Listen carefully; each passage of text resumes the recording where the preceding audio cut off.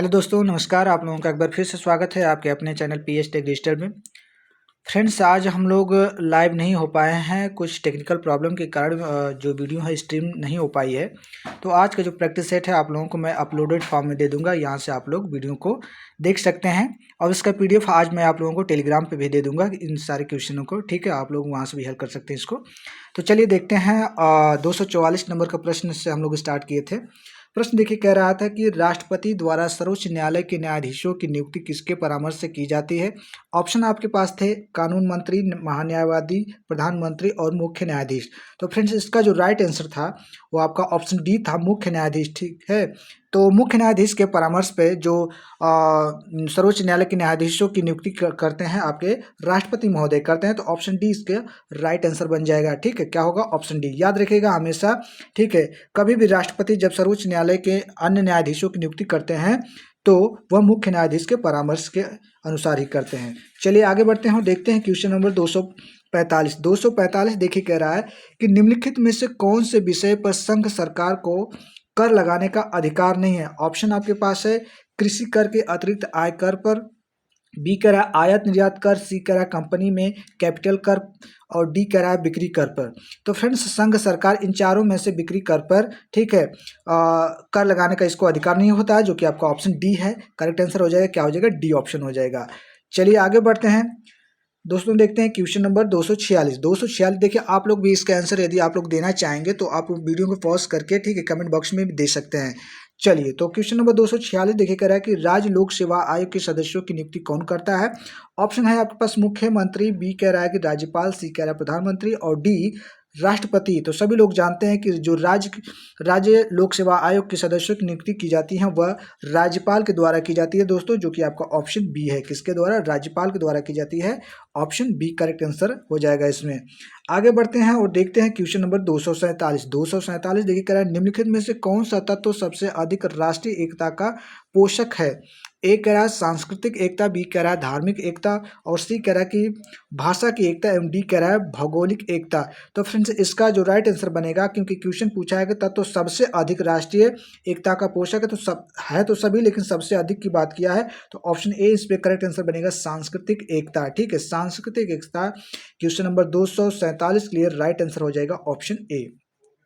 आगे बढ़ते हैं, देखते हैं क्वेश्चन नंबर 248 कह रहा है कि निम्नलिखित में से हिंदी भाषा का कौन सा गुण उसे भारत की राष्ट्रभाषा पद की पात्रता प्रदान करता है। ऑप्शन है इसमें देखिए, देश के अधिकांश लोगों की भाषा, बी कह रहा है वह सरल है और उसे शीघ्र सीखा जा सकता है, सी कह रहा है कि हिंदू धर्म की महत्वपूर्ण पुस्तकें अनदित हैं और डी कह रहा है वह एक प्राचीन भाषा है। तो फ्रेंड्स, प्रश्न देखिए, कहा था कि हिंदी भाषा का कौन सा गुण है जो कि भारत के राष्ट्र भाषा पद की पात्रता उसे प्रदान करता है। तो सभी लोग जानते हैं कि देश के अधिकांश लोगों की यह भाषा है, इसलिए इसको क्या कहते हैं? राष्ट्र भाषा पद की पात्रता प्रदान करता है, ठीक है। तो ऑप्शन ए इसमें करेक्ट आंसर बनेगा, ऑप्शन ए, ठीक है। देश के अधिकांश लोगों की यह भाषा है।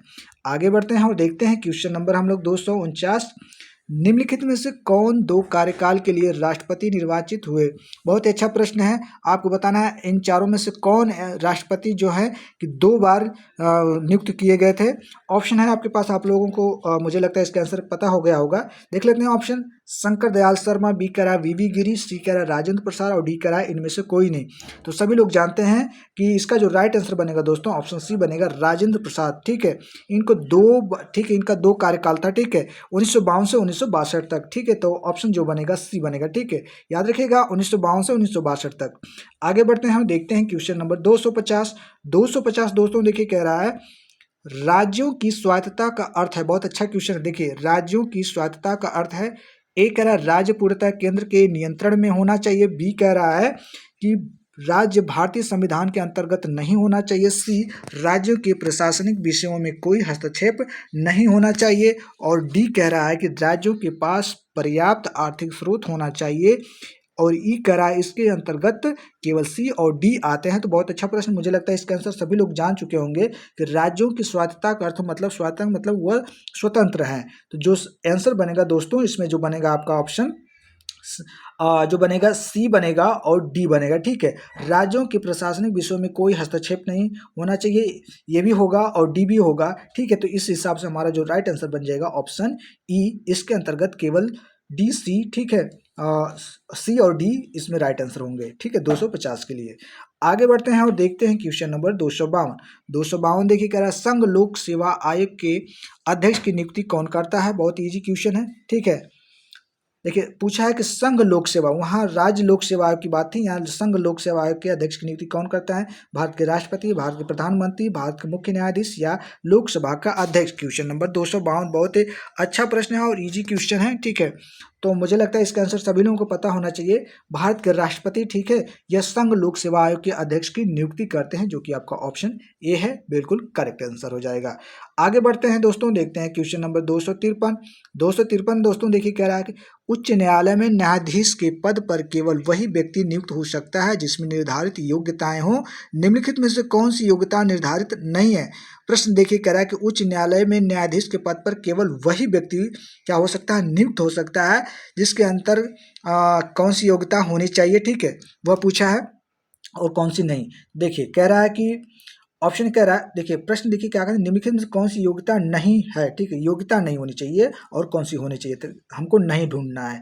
ऑप्शन ए कह रहा है वह भारत का नागरिक हो, तो बिल्कुल सही है, ठीक है, ये तो बिल्कुल सही है।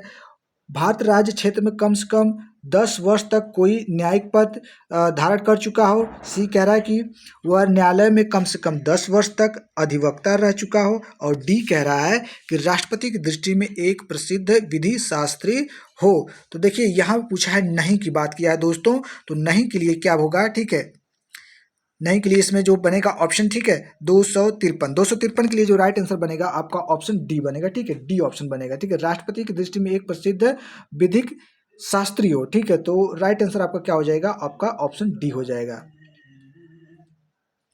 चलिए आगे बढ़ते हैं, देखते हैं क्वेश्चन नंबर 254। 254 देखिए कह रहा है भारत के कंट्रोलर और ऑडिटर जनरल का कार्य, बहुत आसान सा प्रश्न है, देखिए पूछा है, ठीक है, कंट्रोलर और ऑडिटर की बात किया है, ठीक है। तो ऑप्शन ए देखिए कह रहा है कि लेखा संबंधी कार्य, बी कह रहा है अंकेक्षण, ठीक है, यानी कि ऑडिटिंग इंग्लिश में हम लोग बोलते हैं, संबंधी कार्य देखना, या सी उपयुक्त दोनों कार्य देखना, या डी उपयुक्त में से कोई कार्य नहीं। तो बहुत अच्छा प्रश्न है। भारत के जो कंट्रोलर और ऑडिटर जनरल होते हैं उनका कार्य होता है, क्वेश्चन नंबर 244 क्या राइट आंसर होगा, 254 का इसमें देखिए कह रहा है ऑप्शन क्या बनेगा आपका, ठीक है। तो ऑप्शन इसमें देखिए जो बनेगा लेखा संबंधी कार्य भी होता है दोस्तों, तो ये भी सही हो गया। और बी कह रहा ऑडिटिंग संबंधी कार्य, ये भी हो गया, ठीक है, तो बिल्कुल सही, ठीक है, तो दोनों हो जाएंगे। तो ऑप्शन सी इसमें करेक्ट आंसर बनेगा, उपयुक्त दोनों कार्य देखना, ठीक है। कंट्रोलर ऑडिटर का जनरल जो होते हैं उनकी ये कार्य होते हैं, याद रखिएगा। चलिए आगे बढ़ते हैं दोस्तों, देखते हैं क्वेश्चन नंबर 255। 255 देखिए कह रहा है भारत के कंट्रोलर और ऑडिटर जनरल की नियुक्ति कौन करता है, ठीक है, कौन करते हैं, संघ लोक सेवा आयोग, भारत का राष्ट्रपति, भारत का प्रधानमंत्री, भारत का या भारत की संसद। बहुत इजी क्वेश्चन है 255, ठीक है। 255 का जो राइट आंसर बनेगा आपका इसमें, ठीक है, कंट्रोलर और ऑडिटर जनरल की नियुक्ति करते हैं हमारे राष्ट्रपति महोदय, ठीक है, कौन करते हैं, राष्ट्रपति महोदय करते हैं, जो कि आपका ऑप्शन बी है, भारत के राष्ट्रपति। चलिए आगे बढ़ते हैं, देखते हैं क्वेश्चन नंबर 256। 256 दोस्तों देखिए क्या कह रहा है, जम्मू कश्मीर के राज्यपाल को नियुक्त करता है, ठीक है, कौन, जम्मू कश्मीर के राज्यपाल को नियुक्त करता है कौन, राज्य का मुख्यमंत्री, राज्य के उच्च न्यायालय का मुख्य न्यायाधीश, या भारत का राष्ट्रपति, या भारत के प्रधानमंत्री। तो ये तो मुझे लगता है सभी लोगों को पता होना चाहिए, ठीक है। तो यह हमारे भारत के जो राष्ट्रपति महोदय हैं ये नियुक्त करते हैं जम्मू कश्मीर के राज्यपाल को, ठीक है, तो ऑप्शन सी हो जाएगा, ठीक है। चलिए आगे बढ़ते हैं, देखते हैं क्वेश्चन नंबर 257। 257 देखिए कह रहा है जम्मू कश्मीर को प्राप्त विशिष्ट संवैधानिक स्थिति अनुसार, देखिए अभी तो ये क्वेश्चन नहीं बनेगा क्योंकि ये तो भाई 370 जो ये था प्रावधान, ये तो हटा दिया गया, फिर भी देख लेते हैं, ठीक है। प्रश्न बन सकता था कि अनुसार यह प्रावधान था, ठीक है, ये इस तरह से भी प्रश्न बन सकता है। देखते हैं ऑप्शन क्या दिया है, वहाँ भारत की संसद के कानून प्रभावी नहीं होते, बी कह रहा है उसका अपना संविधान है, सी कह रहा है वह भारतीय संघ का एक संपूर्ण भाग नहीं है, डी कह रहा है भारत के संविधान में उसे आस्था नहीं है। तो 257 के लिए देखिए इसमें जो राइट आंसर बनेगा, ठीक है, उसका अपना संविधान है नहीं, यहाँ पर होना चाहिए था, ठीक है, था, ठीक है, तो राइट आंसर जो बनेगा आपका ऑप्शन बी। चलिए आगे बढ़ते हैं, देखते हैं क्वेश्चन नंबर 258 का रहा है कि भारत के केंद्र शासित प्रदेशों का शासन चलाया जाता है। भारत के केंद्र शासित प्रदेशों का शासन चलाया जाता है किसके द्वारा? प्रधानमंत्री द्वारा, संसद के नियमों के अंतर्गत राष्ट्रपति द्वारा नियुक्त प्रशासक द्वारा, या निर्वाचित प्रतिनिधियों द्वारा, या भारत के गृह मंत्री द्वारा। बहुत अच्छा प्रश्न है। आपको बताना कि जो भारत के केंद्र शासित प्रदेश होते हैं वहाँ पे शासन किसके माध्यम से चलाया जाता है? तो फ्रेंड्स सभी लोग जानते हैं कि यह संसद के नियमों के अंतर्गत जो राष्ट्रपति के द्वारा जो नियुक्त किए जाते हैं प्रशासक, उनके द्वारा चलाया जाता है। यानी कि ऑप्शन जो बनेगा बी बनेगा। ठीक, क्या बनेगा? ऑप्शन बी बनेगा। चलिए आगे बढ़ते हैं, हम देखते हैं क्वेश्चन नंबर हम लोग 259 देखिए कह रहे 14वें वित्त आयोग के अध्यक्ष थे। चलिए ये क्वेश्चन आप लोगों के लिए नहीं है, फिर भी इस तरह से क्वेश्चन नहीं बनेगा। ठीक है, फिर भी इसका आंसर आप लोग देख लीजिए जो होगा इसमें राइट आंसर जो आप लोगों का बनेगा। ठीक है, सी आंसर बनेगा, YV रेड्डी। ठीक है, YV। कभी प्रश्न बन सकता है कि 14वें वित्त आयोग के अध्यक्ष कौन थे? ठीक है नहीं, यहाँ पे थे होना चाहिए। ठीक है, तो YV रेड्डी हो जाएंगे। ठीक है, YV रेड्डी हो जाएंगे। चलिए आगे बढ़ते हैं, देखते हैं क्वेश्चन नंबर हम लोग 260 देखिए कह रहा है कि उच्च न्यायालय के मुख्य न्यायाधीश को नियुक्त करता है। ठीक है, कौन? राज्यपाल, भारत के मुख्य न्यायाधीश, भारत के राष्ट्रपति, या भारत के प्रधानमंत्री। तो सभी लोग जानते हैं कि उच्च न्यायालय के मुख्य न्यायाधीश की नियुक्ति कौन करता है दोस्तों? तो आपके भारत के जो प्रेसिडेंट होते हैं यानी कि राष्ट्रपति होते हैं, इनके द्वारा उच्च न्यायालय के मुख्य न्यायाधीशों की नियुक्ति की जाती है। Option C. आगे बढ़ते हैं, देखते हैं क्वेश्चन नंबर 261 देखिए कह रहा है निम्नांकित में से कौन सी स्थिति में राज्य विधानसभा भंग हो जाती है? बहुत अच्छा प्रश्न है। आपको बताना है कि इन चारों में से कौन सी ऐसी स्थिति है जिसमें राज्य विधानसभा भंग हो जाती है। ऑप्शन ए देखिए कह रहा है जब उसकी 5 वर्ष की अवधि समाप्त हो जाती है, या सॉरी फ्रेंड्स, चलिए बी देखिए कह रहा है जब राज्यपाल उसको भंग करने का आदेश देता है, सी कह रहा है जब राष्ट्रपति शासन लागू किया जाता है, या डी उपयुक्त सभी स्थितियों में। तो बहुत ही अच्छा प्रश्न 261। आपको बताना है कि कौन सी ऐसी स्थिति है। सॉरी फ्रेंड्स, कॉल आ रहा है। ठीक है, और 1 मिनट। चलिए फ्रेंड्स, कॉल आए थे। ठीक है, तो इसके लिए सॉरी। चलिए देखते हैं कि ऑप्शन सी देखिए क्या कर रहा है कि जब राष्ट्रपति शासन लागू किया जाता है या उपयुक्त सभी स्थितियों में। बहुत ही अच्छा प्रश्न है। देखिए पूछा था क्या कि किस स्थिति में राज्य विधानसभा भंग हो सकती है। तो दोस्तों आप इस पर विचार कर सकते हैं क्या राइट आंसर होना चाहिए। तो देखिए जब उसकी 5 वर्ष की अवधि क्या हो समाप्त हो जाए तब भी भंग हो सकती है। तो पहला तो करेक्ट हो गया। दूसरा करेक्ट जब राज्यपाल उसको भंग करने का आदेश दे, ये भी सही है। राज्यपाल यदि भंग करने का आदेश दे तब भी आपके जो राज्य का विधानसभा है वह भंग हो सकती है।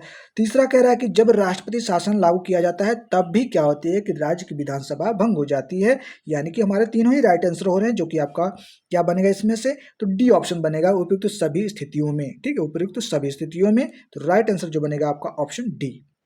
आगे बढ़ते हैं, देखते हैं क्वेश्चन नंबर 262 देखिए कह रहा है निम्नांकित में से कौन सी स्थिति में राज्य के मुख्यमंत्री को त्याग पत्र देना पड़ता है? बहुत अच्छा प्रश्न देखिए कह रहा है ऐसी कौन सी स्थिति है जिस स्थिति में राज्य के मुख्यमंत्री को त्याग पत्र देना पड़ता है। 4 आपको स्थितियां दी गई हैं। पहली है आपकी जब उसकी पार्टी का राज्य विधानसभा में बहुमत समाप्त हो जाता है।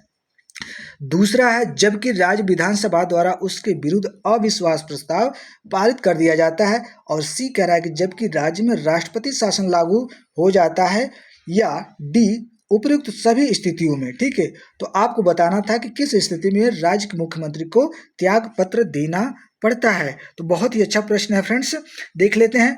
पहले ऑप्शन में से हम लोग स्टार्ट करते हैं। तो पहला देखिए कह रहा है कि जब उसकी पार्टी का राज्य विधानसभा में बहुमत समाप्त हो जाए, बिल्कुल सही है। तब भी क्या करेंगे? राज्य के मुख्यमंत्री त्याग पत्र देंगे। बी कह रहा है कि जबकि राज्य विधानसभा द्वारा उसके विरुद्ध अविश्वास प्रस्ताव पारित कर दिया जाए, बिल्कुल सही है, ये भी सही है।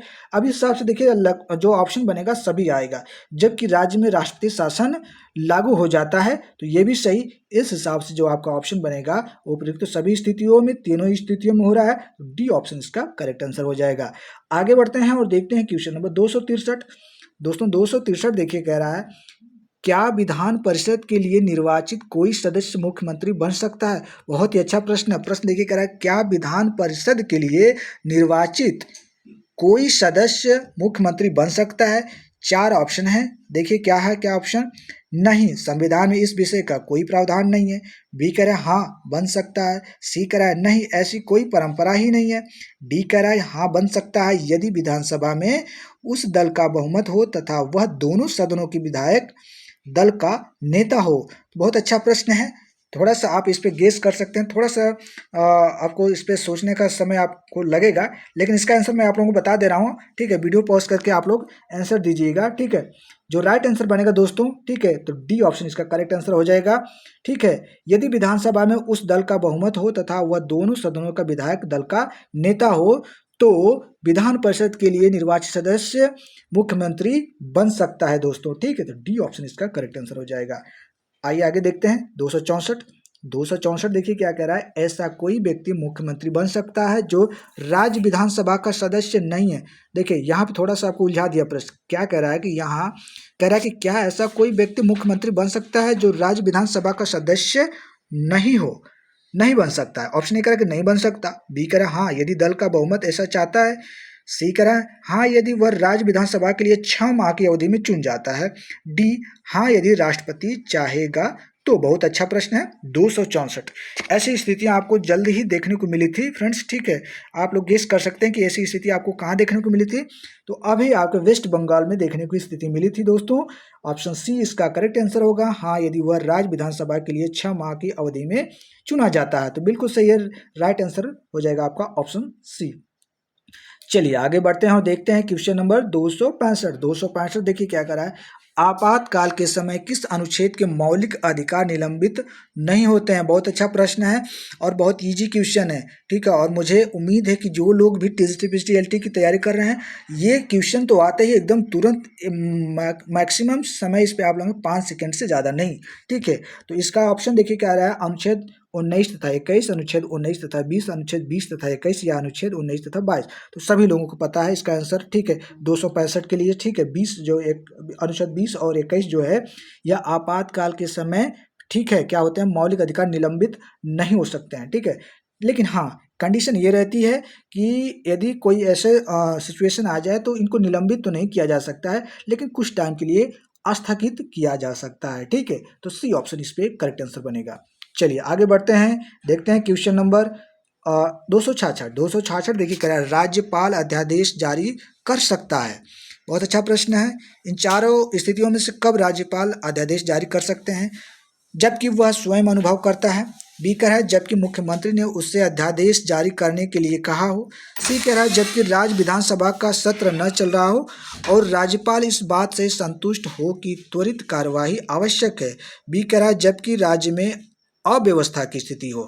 तो राज्यपाल जो होते हैं किस स्थिति में अध्यादेश जारी कर सकते हैं, 4 स्थितियों में आप बता सकते हैं। 266 के लिए जो आंसर बनेगा दोस्तों, आपका ऑप्शन इसमें देखिए सी बनेगा, जबकि राज्य विधानसभा का सत्र न चल रहा हो और राज्यपाल इस बात से संतुष्ट हो कि त्वरित कार्रवाई आवश्यक है, तो उस स्थिति में राज्यपाल अध्यादेश जारी कर सकते हैं। सी ऑप्शन इसमें करेक्ट आंसर हो जाएगा। चलिए आगे बढ़ते हैं। 266 देखिए क्या 267 देखिए कह रहा है, प्रदेश में राज्यपाल का पद रिक्त होने पर कार्यवाहक राज्यपाल के रूप में कार्य करता है। यदि किसी राज्य में राज्यपाल का पद रिक्त हो जाए तो कार्यवाहक, ठीक है, कार्यवाहक के रूप में राज्यपाल कौन होते हैं। ऑप्शन ए कह रहा है राज्य के उच्च न्यायालय के मुख्य न्यायाधीश, बी कह रहा है कोई नहीं, सी कह रहा है राज्य के मुख्यमंत्री और डी राज्य विधानसभा का अध्यक्ष। तो 267 के लिए दोस्तों जो राइट आंसर बनेगा आपका ऑप्शन ए बनेगा। उस राज्य के उच्च न्यायालय के जो मुख्य न्यायाधीश होंगे वह राज्यपाल के जो पद रिक्त होता है उस समय यह कार्यवाहक राज्यपाल के रूप में कार्य करते हैं। कौन, राज्य के उच्च न्यायालय के मुख्य न्यायाधीश, यानी कि ऑप्शन ए करेक्ट आंसर होगा। आगे बढ़ते हैं और देखते हैं क्वेश्चन नंबर 268 देखिए कह रहा है, क्या एक व्यक्ति एक राज्य से अधिक के राज्यपाल के रूप में कार्य कर सकता है। बिल्कुल ठीक है, ये तो सभी लोग जानते हैं, हाँ कर सकता है, नहीं कर सकता है। 2 प्रदेशों का कार्यभार संभालने वाला कोई राज्यपाल नहीं है, केवल 6 माह तक कार्य कर सकता है, संविधान में ऐसा कोई प्रावधान नहीं है। तो 268 तो सभी लोग जानते हैं दोस्तों। ठीक है, इसके लिए जो ऑप्शन बनेगा, ठीक है, बिल्कुल कर सकता है भाई, सभी लोग जानते हैं। ठीक है, ऑप्शन ए इसमें करेक्ट आंसर हो जाए, हाँ कर सकता है बिल्कुल। चलिए आगे बढ़ते हैं, देखते हैं 269 देखिए क्या कह रहा है, केंद्रीय मंत्रिपरिषद में मंत्रियों की अधिकतम संख्या लोकसभा के कुल सदस्यों की संख्या के कितने प्रतिशत तक हो सकती है? ऑप्शन ए 10%, बी 15%, 80 कह रहा है 8% और डी कह रहा है 20%। प्रश्न देखिए कह रहा था कि केंद्रीय मंत्रिपरिषद में मंत्रियों की अधिकतम संख्या लोकसभा के कुल सदस्यों की संख्या के कितने परसेंट हो सकता है? तो दोस्तों ये सभी लोग जानते हैं, ठीक है, और मुझे लगता है सभी लोग पढ़े भी होंगे कि 15%, ठीक है, अधिकतम हो सकती है, 15% से अधिक नहीं होनी चाहिए। तो बी ऑप्शन इसमें करेक्ट आंसर होगा। चलिए देखते हैं 270 नंबर का प्रश्न, देखिए क्या कह रहा है। राज्यपाल की नियुक्ति कितनी अवधि के लिए कौन करता है? दोस्तों आपको बताना है कि राज्यपाल की नियुक्ति कितनी अवधि के लिए और कौन करता है। दो आंसर आपको इसमें देने पड़ेंगे। ऑप्शन ए कह रहा है कि राज्यपाल की नियुक्ति 5 वर्ष के लिए राष्ट्रपति करता है, बी कह रहा है राज्यपाल की नियुक्ति 5 वर्ष के लिए प्रधानमंत्री, सी कह रहा है राज्यपाल की नियुक्ति 3 वर्ष के लिए मुख्यमंत्री करता है, या डी राज्यपाल की नियुक्ति 7 वर्ष के लिए संसद करती है। बहुत अच्छा प्रश्न है, तो बहुत ही अच्छा प्रश्न है और बहुत ईजी प्रश्न। सभी लोग जानते हैं कि राज्यपाल की नियुक्ति राष्ट्रपति के द्वारा की जाती है और कितने समय के लिए? 5 वर्ष के लिए, 5 ईयर के लिए, यानी कि ऑप्शन ए। तो बहुत ईजी था। चलिए आगे देखते हैं क्वेश्चन नंबर 271 दोस्तों कह रहा है निम्नांकित में से कौन सी योग्यता प्रदेश के राज्यपाल पद पर नियुक्ति के लिए आवश्यक नहीं है? प्रश्न एक बार फिर से देखते हैं क्या कह रहा है कि निम्नांकित में से कौन सी योग्यता प्रदेश के राज्यपाल पद पर नियुक्ति के लिए आवश्यक नहीं है? बहुत अच्छा। चलिए इसमें आपके बहुत सारे ऑप्शन दे दिए गए हैं, 6 ऑप्शन है। देखिए, वह भारत का नागरिक होना चाहिए, बी कह रहा है वह 35 वर्ष से कम उम्र का नहीं होना चाहिए, सी कह रहा है कि वह लाभ के किसी पद पर कार्यरत नहीं होना चाहिए, डी कह रहा है वह राज्य विधानसभा का चुनाव लड़ने की योग्य होना चाहिए, एवं डी उपयुक्त सभी योग्यताएं आवश्यक नहीं है, और एफ कह रहा है सिर्फ बी सी डी आवश्यक नहीं है। यानी कि इसमें कह रहा है कि जो बी सी डी ऑप्शन है यह आवश्यक नहीं है, बाकी ए और ई क्या है? सही है। तो क्या आंसर होना चाहिए 271 के लिए? तो बिल्कुल फ्रेंड्स इसमें जो राइट आंसर बनेगा आपका ऑप्शन एफ ही बनेगा, ठीक है। क्या बनेगा? ऑप्शन एफ बनेगा, ठीक है। बी सी डी इन सारे ऑप्शनों को छोड़ के आपके क्या क्या होने चाहिए? वह भारत का नागरिक होना चाहिए और, ठीक है, उपयुक्त सभी योग्यताएं आवश्यक नहीं है, ठीक है। तो बिल्कुल सही है। इसमें जो राइट आंसर बनेगा, ठीक है, आपका क्या बनेगा? इसमें ए बनेगा और ई बनेगा, ठीक है। तो वैसे तो इसमें जो ये है, ठीक है, ये जो तीनों हैं ये सही नहीं है, ठीक है। तो जो राइट आंसर बनेगा यहाँ पे एफ बन जाएगा, बी सी डी आवश्यक नहीं है। चलिए देखते हैं, आगे बढ़ते हैं और देखते हैं क्वेश्चन नंबर 272। चलिए 272 का निम्नलिखित में से किस संविधान संशोधन द्वारा इस बंधन को समाप्त किया गया कि 20,000 रुपये मूल्य तक के संपत्ति संबंधी मामले सुप्रीम कोर्ट में अपील के लिए नहीं जा सकते? 31वें संविधान संशोधन द्वारा, या 25वें संविधान संशोधन द्वारा, या 30वें, या 42वें? तो आपको बताना है कि इन चारों में से ऐसा कौन सा संशोधन है जिसके अंतर्गत, ठीक है, क्या किया जा सकता है? इस बंधन को समाप्त किया गया है कि 20,000 रुपये मूल्य तक की संपत्ति संबंधी मामले सुप्रीम कोर्ट में अपील के लिए आवश्यक नहीं है। तो बहुत अच्छा प्रश्न है। तो इसके लिए जो राइट आंसर बनेगा, यह कौन सा संशोधन हुआ था? 30वां संशोधन हुआ था फ्रेंड्स, जो कि आपका ऑप्शन 3 है, सी यानी, ठीक है, 30वें संविधान संशोधन द्वारा यह प्रावधान किया गया है। चलिए आगे बढ़ते हैं और देखते हैं क्वेश्चन नंबर 29 29 नहीं है, 273 है। ये आपका समझिए आज का 29वां प्रश्न है। चलिए, राष्ट्रपति एंग्लो इंडियंस के लोकसभा के लिए अधिकतम कितने सदस्य मनोनीत कर सकता है? तो ये तो प्रक्रिया हटा दी गई, फिर भी आप लोग जानते हैं कि कितने, ठीक है। तो 273 के लिए बहुत इजी क्वेश्चन है, 2 होता है, ठीक है। कितने होते हैं? 2 होता है, ठीक है। कितने? 2।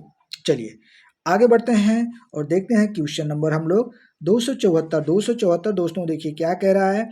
सुप्रीम कोर्ट का न्यायाधीश नियुक्ति होने के लिए निम्नलिखित में से कौन सी योग्यता आवश्यक नहीं है? आज का ये आखिरी प्रश्न है। प्रश्न देखिए कह रहा है कि सुप्रीम कोर्ट का न्यायाधीश नियुक्त होने के लिए निम्नलिखित में कौन सी योग्यता आवश्यक नहीं है? पहली बात तो याद रखिए, यहाँ आपको घेरा कर लेना है, आवश्यक नहीं की बात क्या है। ऑप्शन आपके पास ए है, वह भारत का नागरिक होना चाहिए, बी कह रहा वह 5 वर्ष तक उच्च न्यायालय के न्यायाधीश के रूप में कार्य कर चुका हो, और सी कह रहा वह 10 वर्ष तक सुप्रीम कोर्ट तथा समकक्ष न्यायालय में प्रैक्टिस कर चुका हो, और डी कह रहा राष्ट्रपति की दृष्टि में वह सम्मानित कानूनविद होना चाहिए। 274 के लिए दोस्तों क्या होगा आंसर? बिल्कुल इसका आंसर आप, मुझे लगता है कि आप लोगों के माइंड में आ चुका होगा। इसका पूछा है कि नहीं है, तो इसमें जो बनेगा 274 के लिए सी ऑप्शन बनेगा दोस्तों। क्या बनेगा? सी ऑप्शन बनेगा। वह 10 वर्ष तक सुप्रीम कोर्ट तथा समकक्ष न्यायालय में प्रैक्टिस कर चुका हो। ठीक है, तो यह आवश्यक नहीं है। ठीक है, यह आवश्यक नहीं है। पूछा कह रहा है कि आवश्यक इस तरह की नहीं है। ठीक है, ये नहीं भी होगा, बाकी ये 3 है योग्यताएं तो चल जाएगा। ठीक है, तो आपका ऑप्शन थर्ड इसमें करेक्ट आंसर हो जाएगा, क्योंकि नहीं की बात किया था दोस्तों। ठीक है, आवश्यक नहीं है। चलिए, तो आज के वीडियो में फ्रेंड्स हम लोगों ने पॉलिटी के 30 प्रश्नों को देखा। ठीक है, और मुझे उम्मीद है कि इन प्रश्नों को आप करने के बाद आप लोग को अपने कॉन्फिडेंस पे आपको ये लगेगा कि हाँ, आपने अच्छे लेवल के प्रश्न किए हैं। ठीक है, बहुत ज़्यादा हार्ड नहीं थे। ठीक है, तो फ्रेंड्स आज कुछ टेक्निकल प्रॉब्लम के कारण हम लोग लाइव नहीं हो पा रहे थे। इसके कारण आप लोगों को मैं ये वीडियो अपलोडेड फॉर्म में दे रहा हूँ। इसे आप लोग ज़रूर से देखिएगा और लास्ट में कमेंट करके ज़रूर से बताइएगा कि वीडियो कैसी लगी। ठीक है, और आप लोगों से यही गुजारिश है कि वीडियो थोड़ा आप लोग शेयर करिए अपने ग्रुपों में। ठीक है, ताकि ज़्यादा से ज़्यादा लोग जुड़ सकें। कल मिलते हैं, लाइव ही मिलेंगे कल हम लोग 7 बजे। तब तक के लिए थैंक यू, धन्यवाद।